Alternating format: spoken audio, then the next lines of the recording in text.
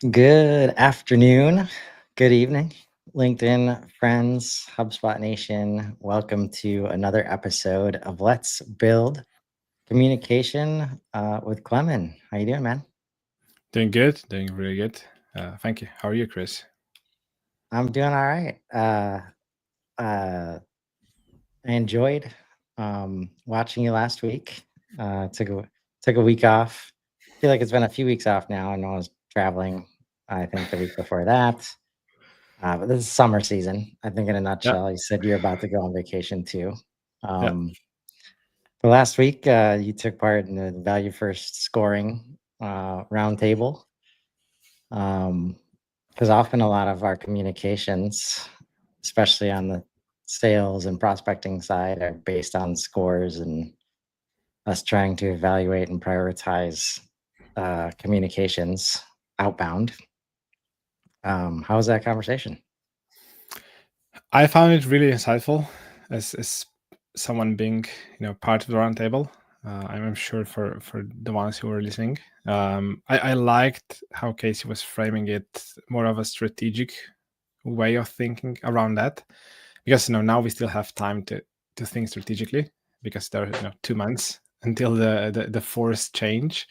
The closer we get to the switch, and then sunset of that all the scoring, the more urgent need will be, and less room for really thinking what you need to do and then how, and it will be more just, okay, let's just copy paste something that we had so far, and just make it work there.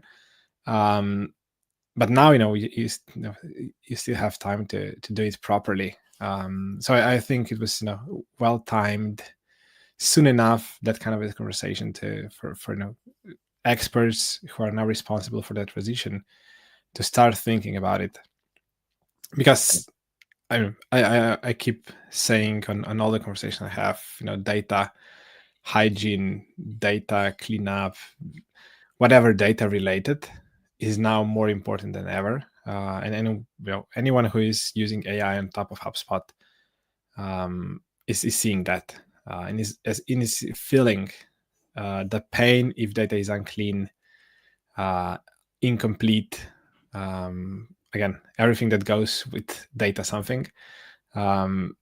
Before, when a human expert eye was always looking at the data before you were using it, if there were some mistakes, if the data was outdated, a lot of salespeople, for example, you still go and check on LinkedIn if the job title is still accurate, if person is still working there.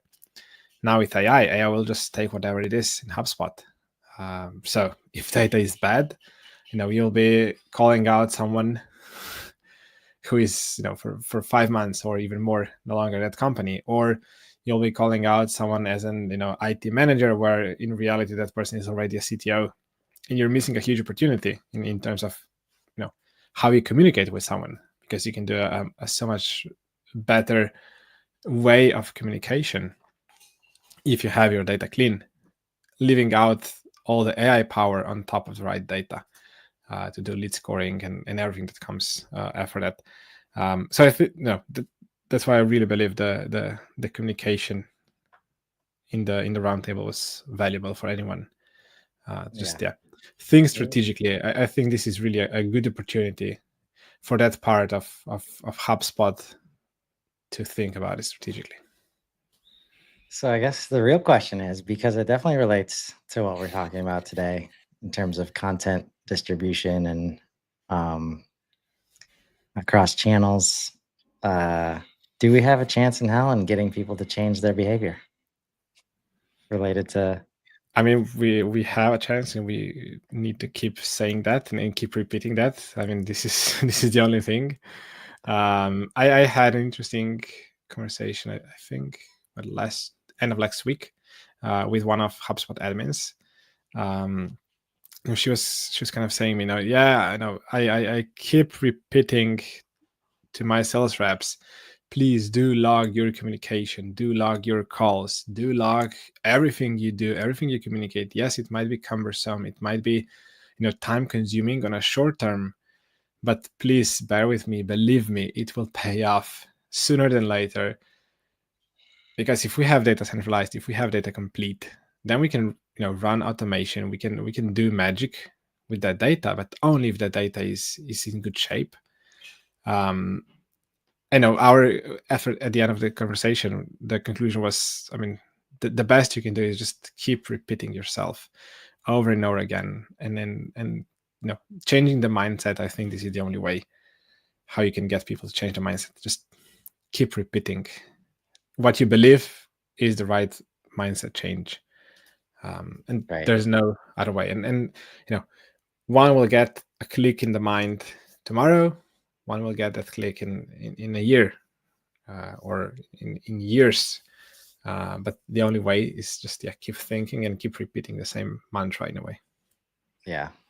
And luckily AI is here to make it easier to iterate on the message and show it in various different ways for different learning styles and people that consume, in different ways that aren't going into the CRM to look at all this places where the value is often. And like I say that the scoring conversation relates to what we're talking about today.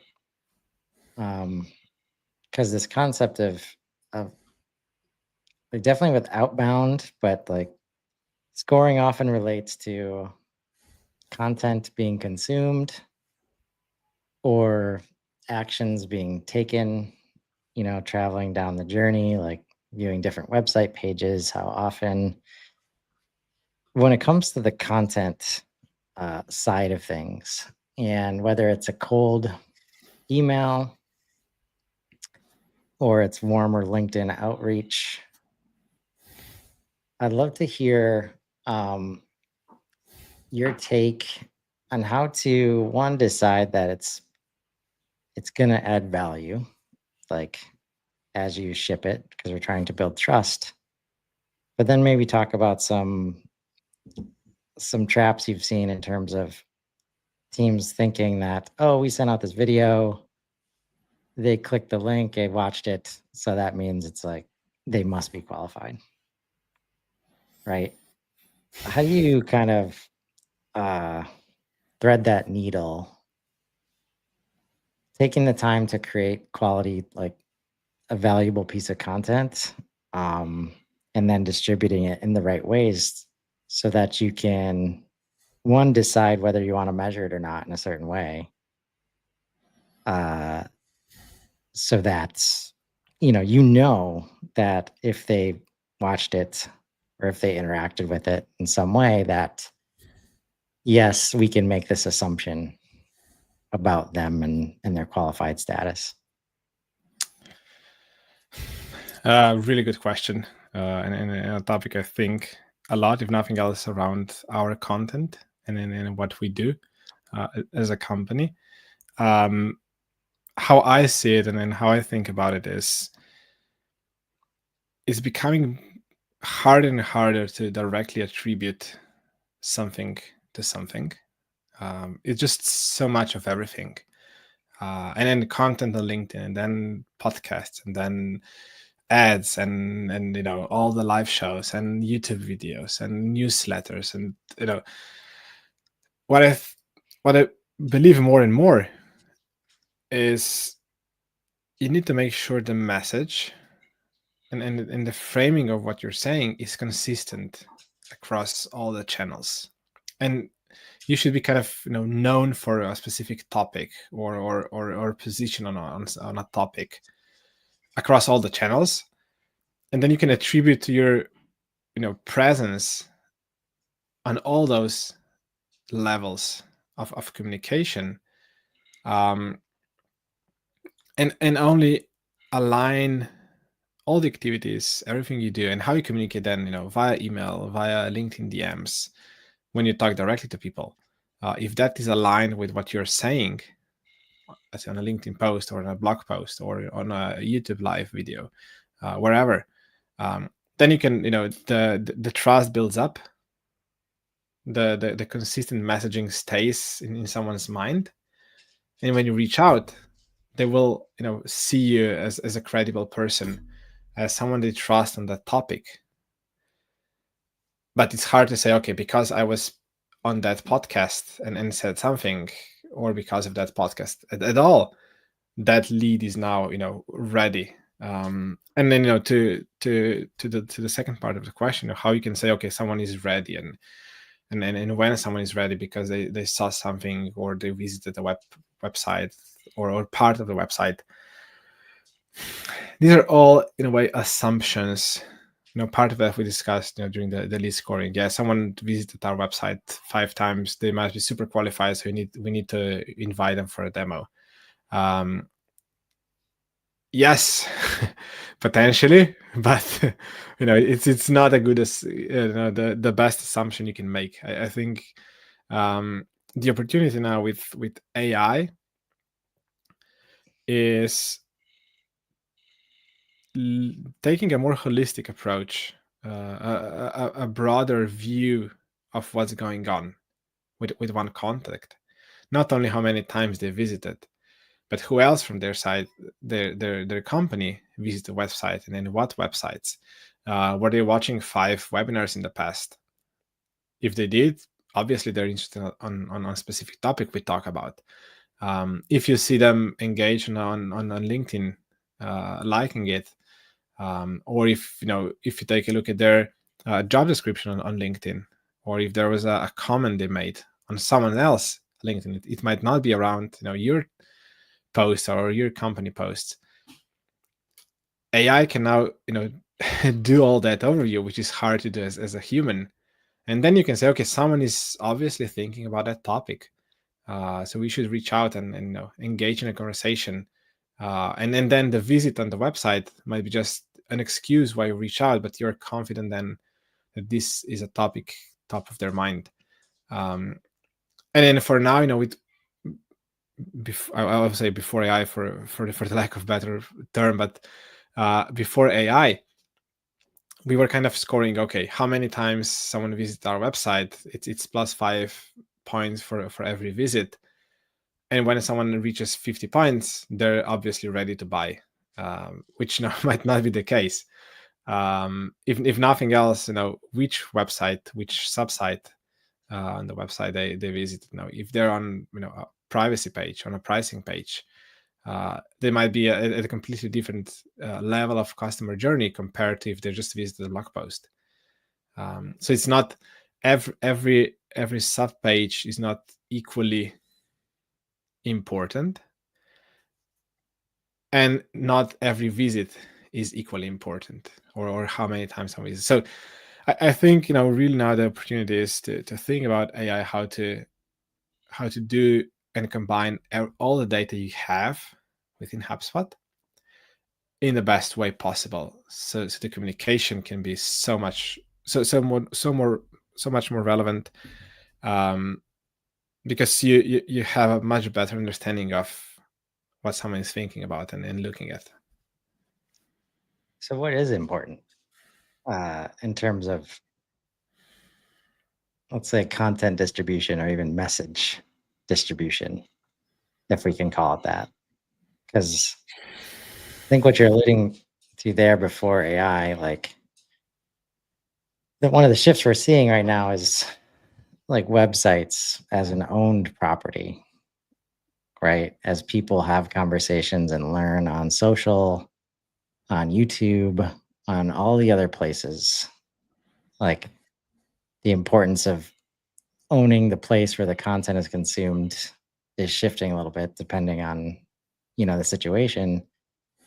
So in these cases, if content distribution is a focus, like, what are some, 1, 2, 3, as many as you want, like the primary goals, measurable or immeasurable? Like, what should people be trying to achieve in this moment of 2025 when they're putting a piece of content like out there?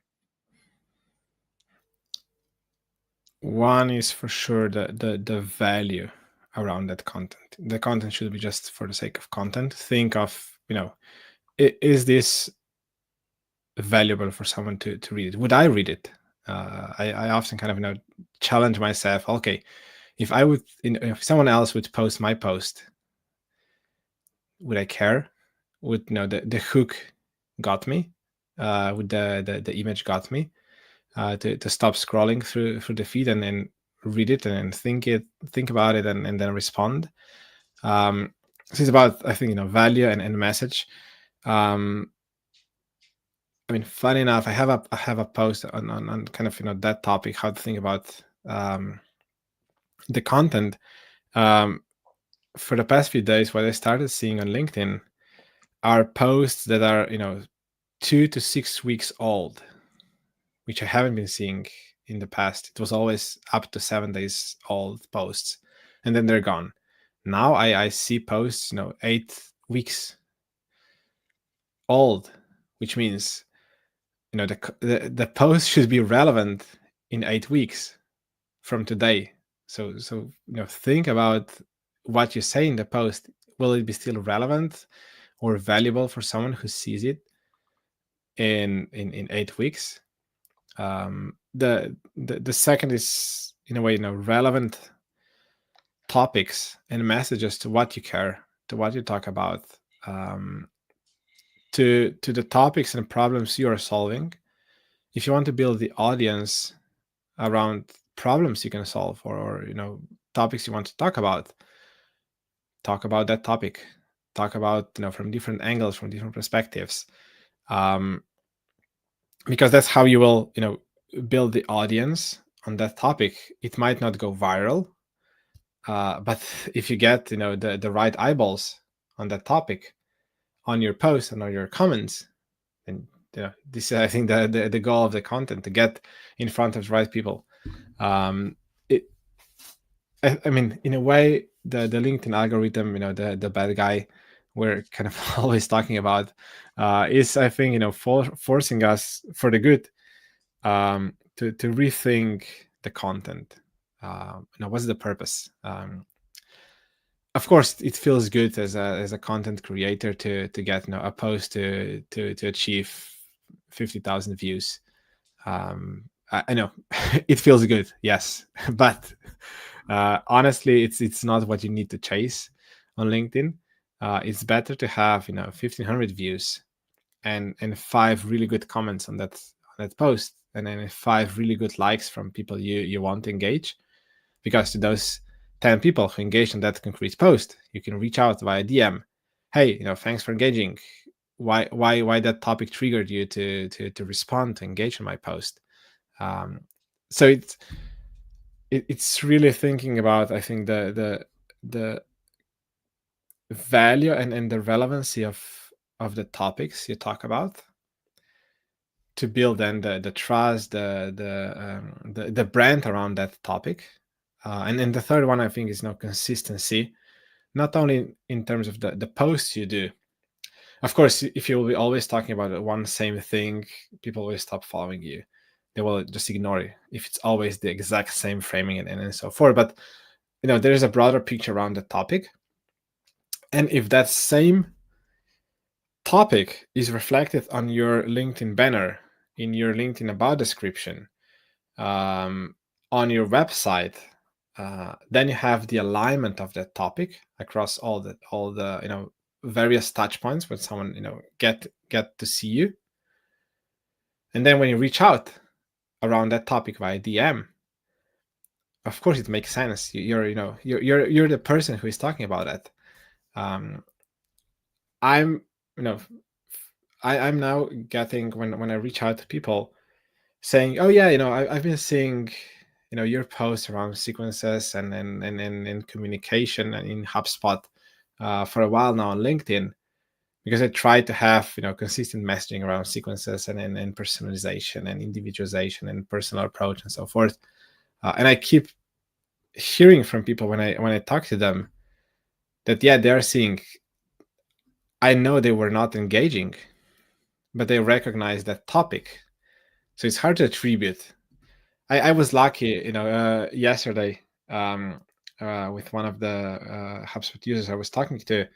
She said directly, yeah, I saw your post on that topic you posted last Monday. okay, I can now attribute that that topic is relevant for that person, but that's very unlikely that you will be able to do. But consistent messaging on one thing or one umbrella of terms, I think is what can help you. I think fourth point or whatever point was is authenticity, to something to what you wrote in the post about today's show. Sharing your stories, sharing what you see, sharing what you talk with people, with your customers internally, is what can help you stand out against all the AI generated content, all the AI generated comments. If you're authentic, if you share your story in the frames of what I was talking previously, within those topics, it will help you build the brand, build authority on that topic. So whenever someone will struggle around that topic, you will be top of their mind, and they will at least think about you, if not reach out. And then you have someone who is highly qualified because they've been seeing you. And then when you start a conversation, when you have a Zoom call with that person, you will not need to build your authority and convince them that they can trust you and what you're saying is right. You already have that trust earned because of everything you've been doing around that topic on all the channels. So then the conversation is, okay, what are your pains? Tell me, let's go into details. I will be asking you questions to understand what you do, how you do it, how I can help you, because I'm the expert on that topic. This is what we do. We do that. We're doing that really well because I'm sharing all the customer stories or testimonials, all the struggles and all that through the content. And now I'm the expert talking to you to help you. So I'll be asking you questions, what you do. And then they will be willing to talk and then talk from the beginning of the call, not that you first need to spend 20 minutes maybe of building credibility and all that, and then hope that you have 5 minutes to ask the right questions. You can just jump right in. Yeah. I just listened to the book 4 Conversations by Blair Enns again. And he talks about this as the first conversation, the probative conversation, which happens without you. And the whole goal is that by the time you get to the qualifying conversation, you already have trust on some level, right? Because you've been present in the first conversation. Like you're present on social, you're present in the community. You can build trust. So I heard value, I heard relevance, consistency, and authenticity.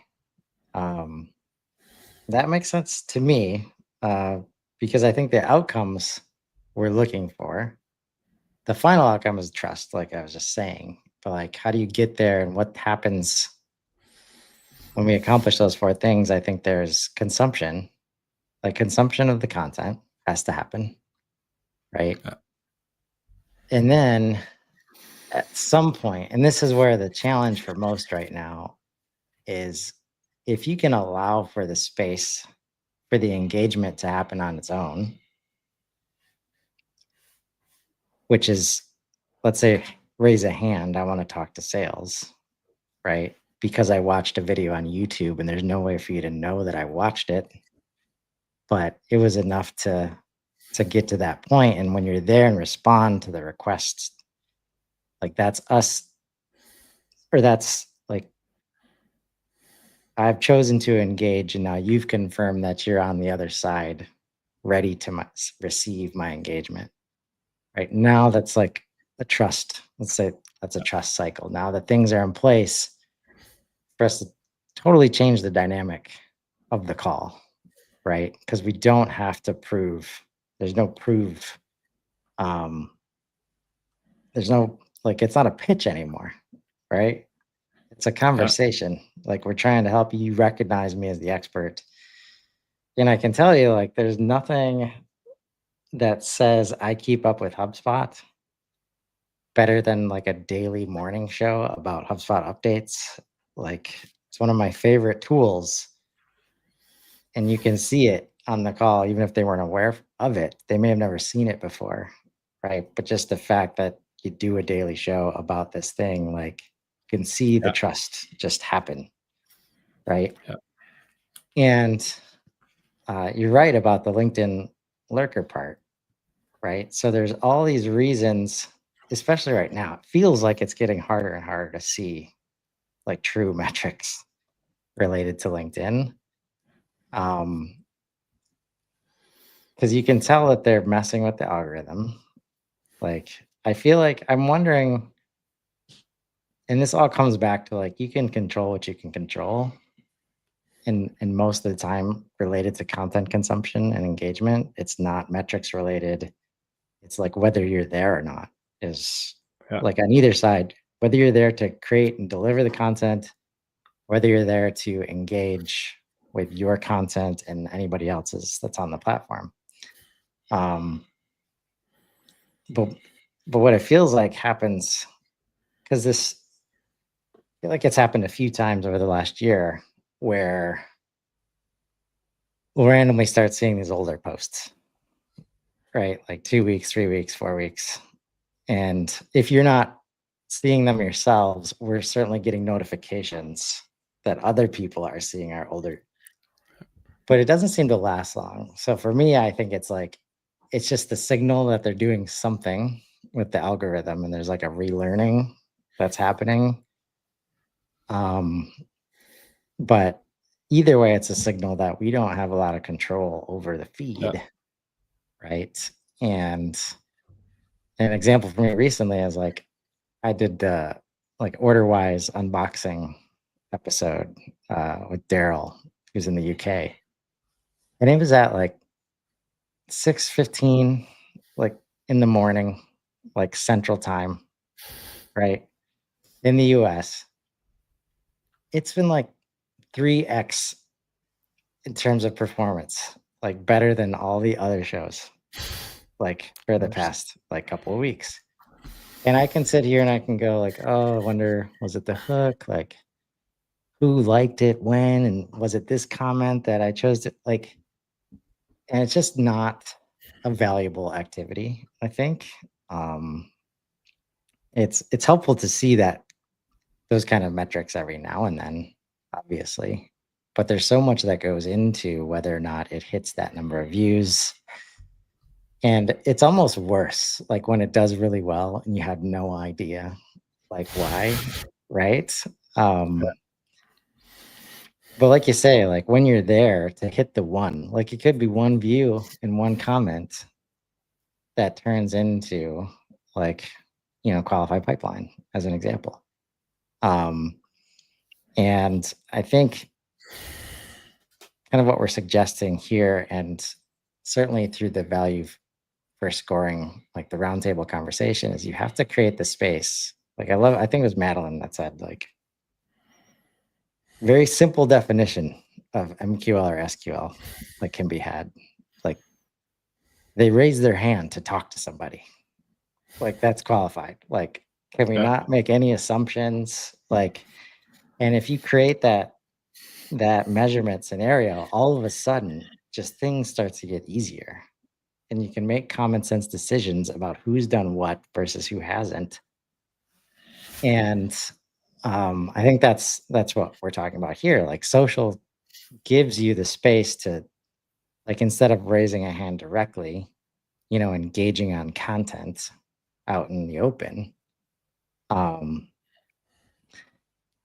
do you, like, when you've been taking people from, because we've had a lot of conversations about outbound email and cold email, like when you're taking people from that comfort zone of like, I don't really have to be active in the community, but I can access it and I can just pick my spots of when I'm doing outreach and I'll get the value that way. How do you get them comfortable with engaging out in the open? Because there's so many things that get in the way of that, like company cultures, like should I be active during business hours on LinkedIn? Like who's gonna see? How do you, because it's probably to explain the value first, right? In terms of like, this is why you should do this thing.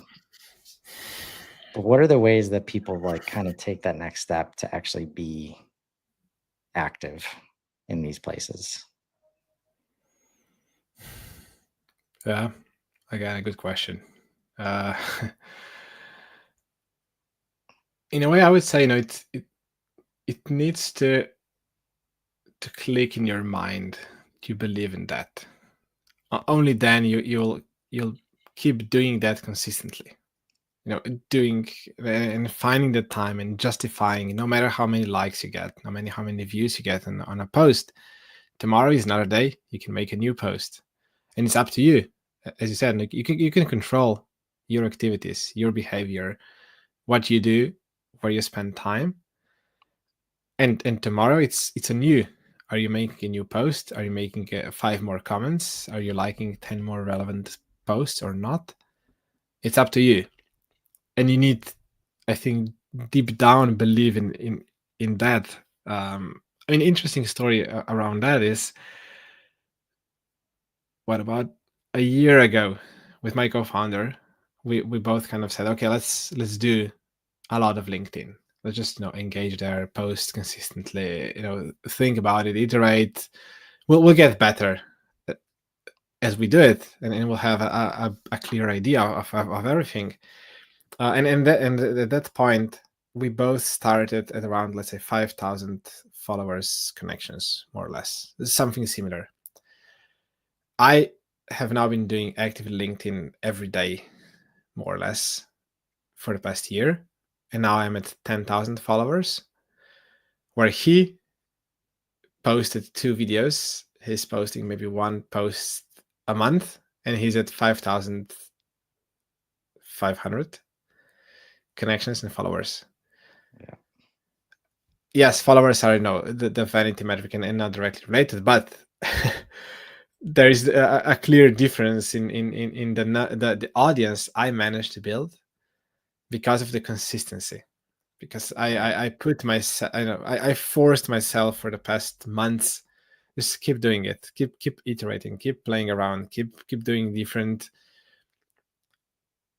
types of posts, carousels, infographics, videos. I force myself to record videos and then edit them and just play around with everything, and it is paying off. Again, hard to attribute to something, but if I wouldn't convince myself deep down that, hey, this is needed, I would stop when my colleague stopped.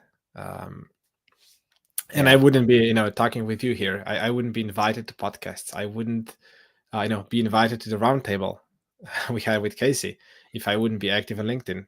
That is, I directly attribute my contribution and presence on LinkedIn to that. This is I think the only reason. And then on a daily basis, it's hard to say and then justify, okay, it's worth your time and how to do it. But you can still do outbound, you can still do ads, you can still do all that. That's good and valuable activities. But on top of that, in the new world we live now, building that back to that credibility and trust. For that, being present on social is what gives you that credibility. I'm confident that if I now make a connection request, or if I send an email, a cold email to someone today, compared if I would send the same person an email a year ago, my chances of getting a response are now so much bigger. Because of everything. It's hard to say and measure that, but I'm comfortable and confident that this is the case. The way it raises everything else's results, right? I wouldn't be surprised if you could show that the 10% uptick in his followers, it's probably because of you and your activity, right? On some level, right? But that's the that's the play, right? And it's an interesting conundrum because you're absolutely right. Like, when does it click into belief, right? And like, if you want to try, like, if you want to set yourself up for one of the most challenging things imaginable as a human being, and that's trying to force somebody from disbelief into belief, right? And I've recently listened to the latest book from Mel Robbins called Let Them. And she talks about studies where it's like, and literally, we're in the business of trying to get adults to change their behavior. And it's been proven in a lot of ways that that's an impossible feat, like to force somebody to change. Um, so all you can do is really create the space like for them to change. But all of this activity, uh, like trying to move somebody, and George brought this up on Friday on the AI skills show. Like, a lot of our goal here is to cross that bridge to belief, especially when it's AI. Like, if we know that belief in AI happens when people use it, right? When people try it, then that becomes the goals. Get people into Copilot, get people into GPT, into Claude, get them to make one prompt and then respond to the next prompt. And oftentimes that's what it takes. But even like getting to that point, there's a lot of hand holding and, you know, and videos and content can often do a lot of that, right? You just don't have a lot of control over when like the break point is and which use case they're feeling in that moment that's going to resonate so powerfully that all of a sudden it clicks. So we didn't say it's going to be easy. But that's where you start to lean into the things that you can control. And those are the four things, I think. Like, if you know your audience, first of all, you have to know your audience. And that's how you can understand what could be valuable and relevant to them, right? Then it's your message and it's your authenticity that you're in complete control of. And do that enough. I mean, that's where we're at right now. There's no tricks. It's very hard to find any tricks. And I don't think we've necessarily seen it yet. But my expectation that as this continues, this trend towards being present on social, the hack is going to be like, if you can find a space where you can just create a lot of live human content, like AI is going to see that and key on it. So I think all of the people doing like that have been showing up in certain ways, right? Even if the views haven't always been there, like there's going to be this body of content where it's like, yep, that's a real human being. Like, people have engaged. There's nobody else talking about that topic. So that this must be a person of value in the space. And I think that's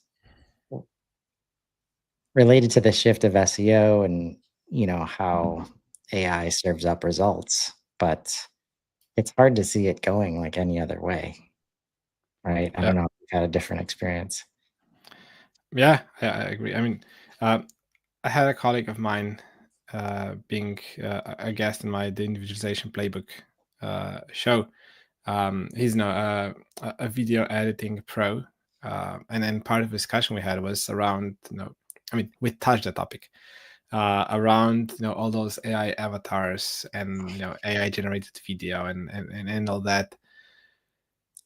I mean, there is a place for those avatars, but not on social media. I think this is the really bad use of it. Back to authenticity and building credibility. I want to show you. I mean, I want to see you talk about your story, your mimics, your your gestures, your story from your own words through your lens. And that's how I will trust you, not the AI avatar. It can be really good, but if you want to build trust, why don't you record a video and talk about it? Why do you need an AI avatar to do it for you? So again, yeah, how you stand out against AI and AI generated content and all that. Be you, be credible, build trust in the right way. Chris, I'm curious, how you keep convincing yourself, show up every day for daily wake up, for all the let's build communication. I mean, I I see you as a role model on that, value creation and content creation. Really, really curious to hear your kind of thought process and how you keep staying on everything. Well, that's the answer, honestly, like what you said. And it's not from a I need to feel loved perspective, although that does help. Knowing how much latent energy and expertise is just sitting around next to a huge knowledge gap, right? Where people are invested in HubSpot and invested in digital systems, and somehow over 25 years, they have not been able to get it to work. And so there's an element of problem solving, like engaged and seeing the problem from a different perspective, to where the only way to solve it is by educating at scale that we haven't seen before. So from that perspective, it becomes like the only way is by showing up every day and getting as many other people to show up every day as possible. Right. And that's always been a thing for me, where if I can help really smart people have realizations like that and start creating value in different ways. Like Casey is a great example. Like, I started Let's Build last year, and like midsummer, I asked people to raise their hand for like who would show up every week, right? And some did, and she was one of them, but she didn't want to commit to a specific hour of any day. So we did one episode, and since the commitment wasn't there on a schedule basis, like we didn't continue doing it, right? At some point across the journey of I imagine watching others do it, she decided this year to just doing a bunch of lives, and just creating that kind of army of expertise, like I feel like is collectively solving, for this issue. It's also helping everybody involved grow, because usually it only takes one, either a user piece of feedback or people that join the shows with me. They can see how easy it is. They can see it's okay to talk about HubSpot like in this way, or these topics in this way that, doesn't lead to massive conversion rates and viral views and all this stuff, but it only takes one or two to really to say like there's nothing better than showing up on a sales call and having them thank me for the content prior to me bringing it up. And honestly, like knowing LinkedIn for what it is, I only need that to happen one time to know that it's happening other times. Yeah. Right. So that's a big part of it. And I thank you for the kind words, for sure. Unfortunately, we do need to wrap today. But this has been a great conversation, and I appreciate you as always. Likewise. So until next week, man. See you then. Oh, are you disconnecting all the way? Are you taking vacation, or are we just still gonna? I'm disconnecting in an hour. I have 2 or 3 posts lined up, but I won't be present, and I'm back at work on Tuesday. So see you next week on Let's Build Communication. I'll be back in the office just in time for a show with you, Chris. There we go. Sounds good, man. Well, we'll see you then. Thanks, everybody. Have a good one. Take care.